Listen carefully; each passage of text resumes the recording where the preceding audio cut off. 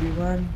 So for today's video, we will talk about the movie that I watch. So the movie that I watch is Chappie. So before I start, I'm your coach Darcy, and good evening for all of you. So let's start to reflect the video of Chappie. Audio Jungle. Audio Jungle. So yun nga, mag-reflect tayo ngayon sa movie na Chappie. Yan, so for now, I learned that that movie in Chappie is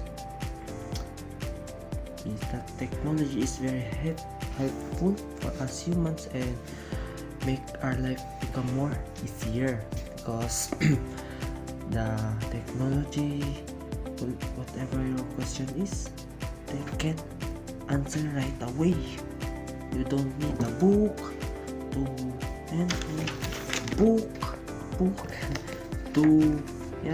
mag-spread to answer your question. So you need just a phone or laptop, any technology source that you have, you can use that to search, and also you need Wi-Fi or data to search your answer, to search your question. So napaka-helpful ng technology for us humans, but may two effects yan sa ating human. Yan, that I learned, diba? First, good effect and bad effect. So good effect, yun nga, sinabi ko na kanina, nakakatulong siya sa ating human and make our life easier. And ano po ba yun? Sabi ko na and the bad effect for us human, if we masyadong nag-relay tayo sa technology, hindi nagagamit yung utak, wala, magiging ang ating brain. So huwag tayo masyadong sa technology, magbaba, dapat may limited time din, so that we can also use our brain that our God give us. So yun, and also if we masyadong nag-relay sa technology, like in the movie, masyadong silang nag-relay sa technology nila, sa robots yun. So nung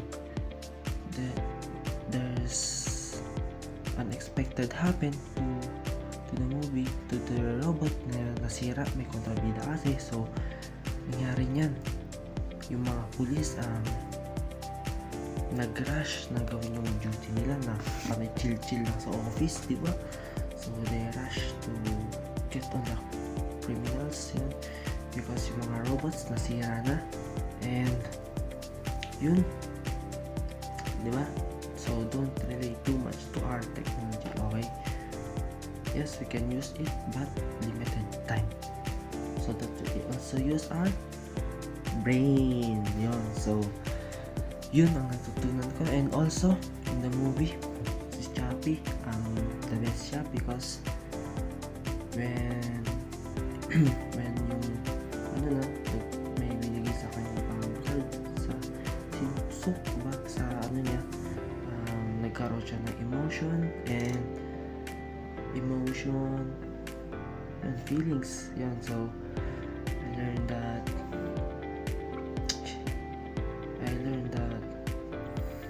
if also have feelings,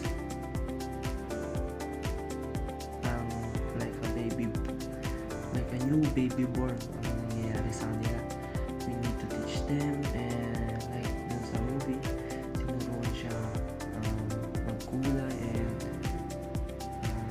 yun, turuan rin siya ng mga bad guys na shuriken, kumaga na siya, palong-palo siya. So yun, pero hindi ganun yung mga baby, hindi agad-agad matuturuan. So malupit lang kasi yung robot, madali nilang i-apply yung skills nila, madali nilang magigets yung mga skills. So napaka-talented nito si Chappie. So I learned that with this a lot. So yun. And also in my conclusion sa movie na yun, so si Chappie, siya yung bida kasi isa siyang robot guys ha. Robot siya na ginawa siya ni Dion ba yun? Si Dion, yes. So yun, ginawa siya, and he is the only robot that have feelings. And so in conclusion tayo. So in conclusion, in the movie of Chappie, the first robot, artificial intelligent to, di ba? He learned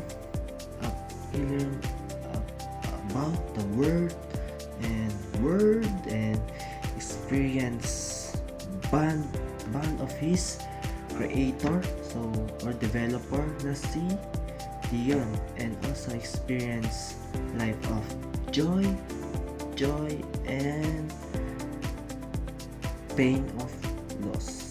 So yun yung mga naranasan ni Chappie. So that's all for this video guys. I hope you enjoy and learn a lot from me. So I'm your coach Darcy, and also don't forget to subscribe to my YouTube channel and like and share my YouTube channel. So that's all. Hope kita ko ulit kayo sa next video ko. That's all. Bye guys. Have a good night or good morning. I'll say, depende sa inyo kung ano oras yung papanoodin to. That's all. Bye guys. Ito na. So hello everyone, I'm your he